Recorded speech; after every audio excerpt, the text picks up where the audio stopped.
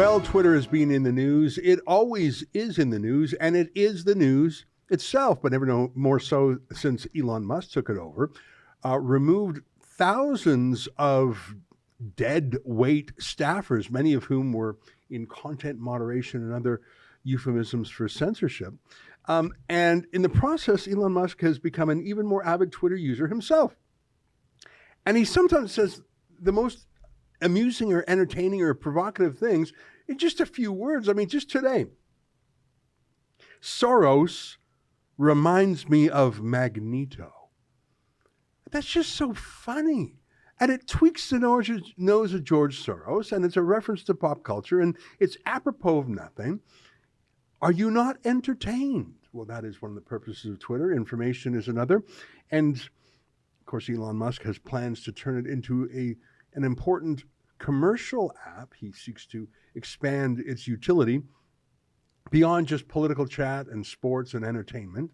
He wants to make it like some Chinese apps like WeChat, WePay, where there's so many other functionalities there. It truly becomes an everything app. We'll see how he does it. One of the things he did is he finally hired a new CEO that is not himself or his dog. Linda Yaccarino is her name.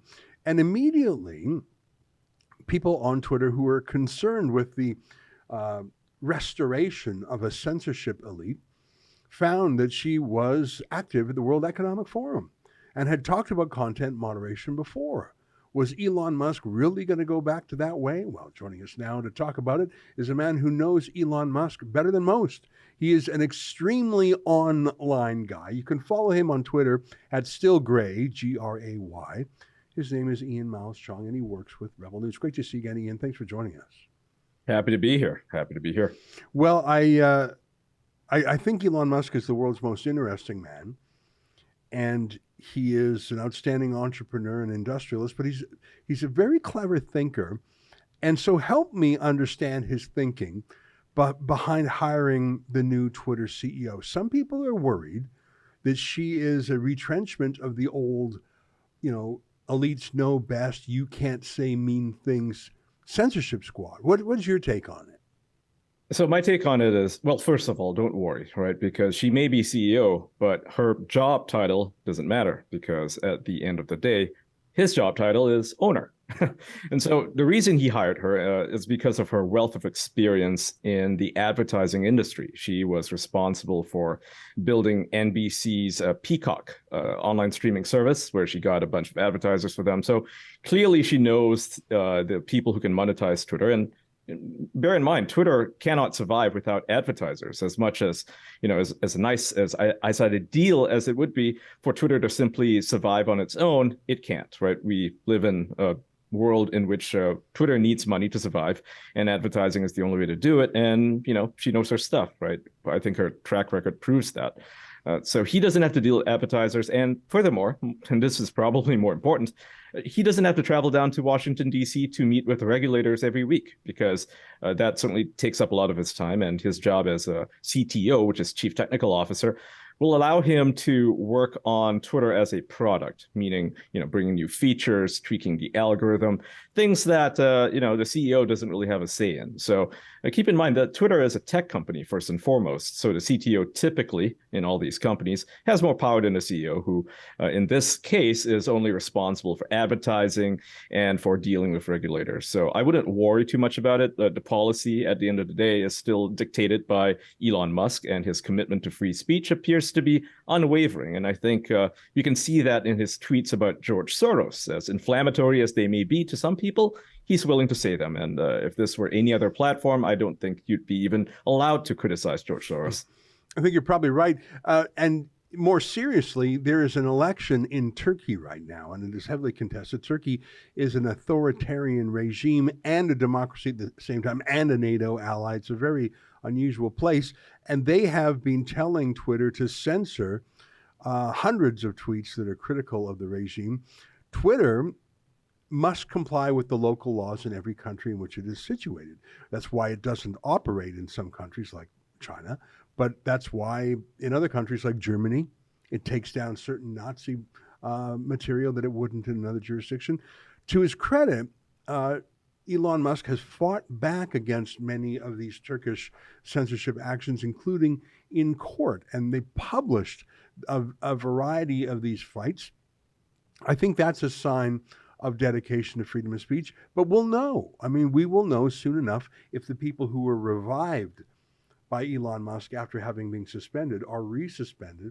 I think that's the canary in the coal mine. Simply that someone worked for the mainstream media or the regime media before, I don't think that's on its face a disqualification. If so, you would never hire anyone with any experience.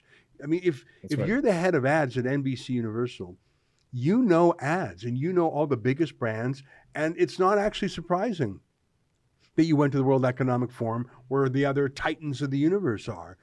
So I'm going to give the guy the benefit of the doubt, Elon, when he hires her, and I'm going to notice that she actually served on a Donald Trump council. I think it was on sports or something. And yeah, the fitness council. Yeah, the fitness council. And, that may not be politically spicy, but doing anything in association with Donald Trump when he was president was a black mark against a liberal, especially in California. So if she were to have done that, I think that shows some independence of mind and some nonpartisanship. To me, that's actually proof of her contrariness, that she was able to be on a Trump council despite the fact that Hollywood hates him. What do you think?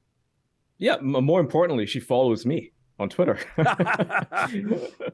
And she follows Lips of TikTok. She follows Jack Posobiec. I mean, these are accounts that by all, by the left's measure would be considered far right. Now, granted, we're not far right, but the fact that she's willing to step out of the boundaries that they've locked her in, she is a member of the establishment after all, shows that, she's willing to leave her echo chamber. That makes her very interesting as a person, right? I mean, how often do you see an establishment figure even speaking to a member of the conservatives, right? Yeah. I mean, they just don't do that. But she's willing to do it. And looking at her Twitter account, I can see that she is actually a conservative. So I think that people are fine to criticize her and they're fine to be apprehensive of her, but I would say give her a chance. And if things don't work out, then Elon can always fire her. So there's always that. It's not like she owns the company.